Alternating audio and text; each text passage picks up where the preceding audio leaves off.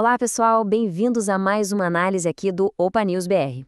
Olha, hoje a gente vai mergulhar de cabeça num dos assuntos mais comentados e, vamos combinar, mais complexos do direito brasileiro, a colaboração premiada. E para a gente desvendar isso, nada melhor do que usar a lente de um caso que, nossa, abalou o país, o caso do tenente-coronel Mauro Cid. É a história dele que vai ser o nosso guia para entender como essa ferramenta funciona, quais são os riscos e o que, no fim das contas, é essa tal de justiça negociada. Para a gente não se perder nessa trama toda, nós separamos a análise em 5 partes bem claras. Vamos começar pelo caso do Cid, depois a gente explica direitinho o que a lei diz sobre a colaboração, aí a gente vê os resultados do acordo dele, discute os desafios desse mecanismo e, por fim, pensa um pouco sobre o futuro dessa justiça negociada aqui no Brasil. Vamos lá? Então, tudo começa com ele, a figura central dessa história, Mauro Cid. As ações dele, e principalmente o acordo que ele fechou com a Justiça, acabaram jogando um holofote gigantesco sobre a colaboração premiada, forçando todo mundo a debater os limites e o poder desse instrumento. Mas, afinal de contas, quem é Mauro Cid? Bom, ele é tenente-coronel do Exército Brasileiro e, o ponto-chave aqui, ele foi ajudante de ordens do ex-presidente Jair Bolsonaro. Isso significa que ele era uma pessoa de extrema confiança, bem ali, no coração do poder do governo anterior. A jornada jurídica do Cid foi, para dizer o mínimo, vertiginosa. Pensa só, em maio de 2023 ele é preso na Operação Venire. 4 meses depois, em setembro, o acordo de colaboração dele é validado pelo STF e ele é solto. Mas a história não para por aí, não. Em março de 2024, ele volta para a prisão, dessa vez por obstrução de justiça. E aí, com o acordo finalmente homologado, veio a sentença, condenação a 2 anos em regime aberto por uma série de crimes bem graves. Ok, agora que a gente já tem o contexto do caso, vamos dar um passo atrás. O acordo do Cid é só um exemplo de uma ferramenta jurídica muito maior.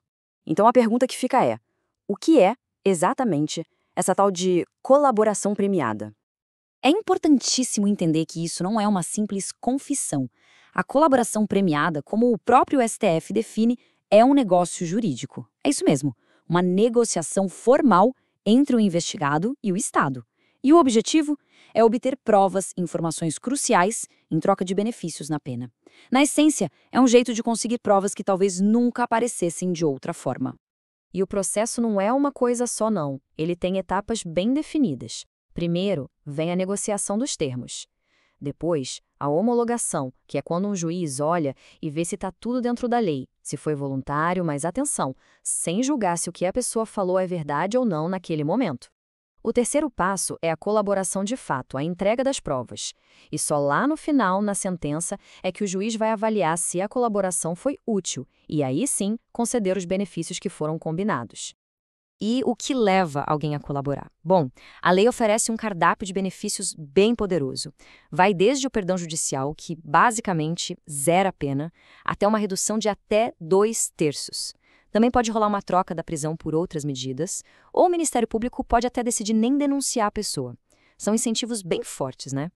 Beleza, com esses conceitos mais claros, vamos voltar para o caso do Mauro Cid. Como é que esses princípios todos da lei se aplicaram na prática para ele? E quais foram, de fato, os resultados do acordo que ele fechou? O resultado final, a sentença que veio do Supremo Tribunal Federal, foi essa aqui: 2 anos de prisão em regime aberto. Uma pena que, convenhamos, é bem menor do que poderia ser, e isso é um resultado direto do acordo de colaboração. Agora é aqui que a coisa fica realmente interessante, porque tem uma reviravolta jurídica. A defesa do Cid argumenta que essa pena, na verdade, já foi cumprida. Como assim?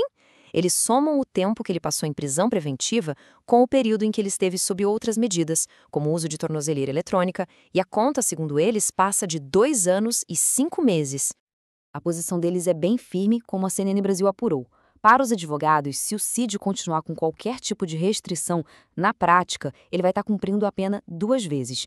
É um debate jurídico super complexo e que tem consequências muito diretas para ele, claro. Isso tudo só mostra que, embora a colaboração seja uma ferramenta muito eficiente, ela está longe de ser simples. Pelo contrário, ela levanta um monte de questões legais e éticas bem profundas, sabe?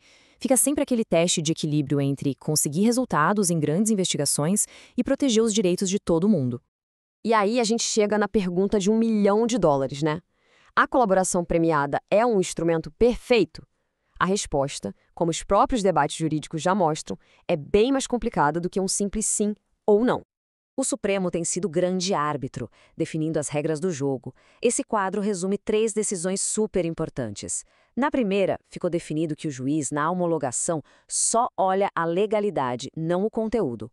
Na segunda, que a eficácia da delação só é medida de verdade lá na sentença final.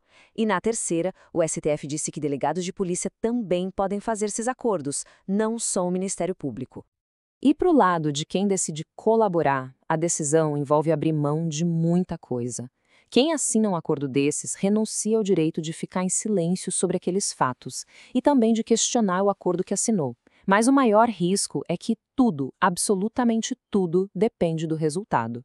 Se a colaboração não levar a provas concretas, o acordo pode ir por água abaixo e o colaborador fica numa situação, bem, extremamente vulnerável. Então, no final das contas, para onde tudo isso aponta? O crescimento dessa justiça negociada é, sem dúvida, uma mudança de paradigma no direito brasileiro. E o legado dessa mudança, bom, ele ainda está sendo escrito, dia após dia. Um portal jurídico muito respeitado, o Migalhas, resumiu essa tensão de um jeito perfeito. A colaboração não pode ser vista como um atalho, uma barganha de mercado. Não.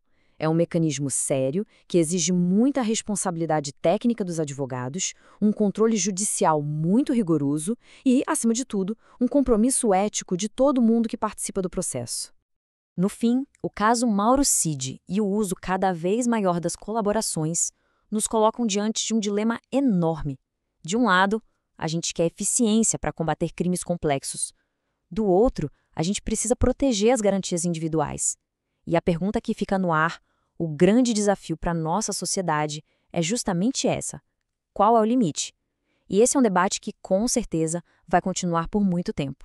Para não perder mais análises como esta, já sabe, né? Se inscreve aqui no nosso canal do YouTube, o Opa News BR. A gente se vê na próxima.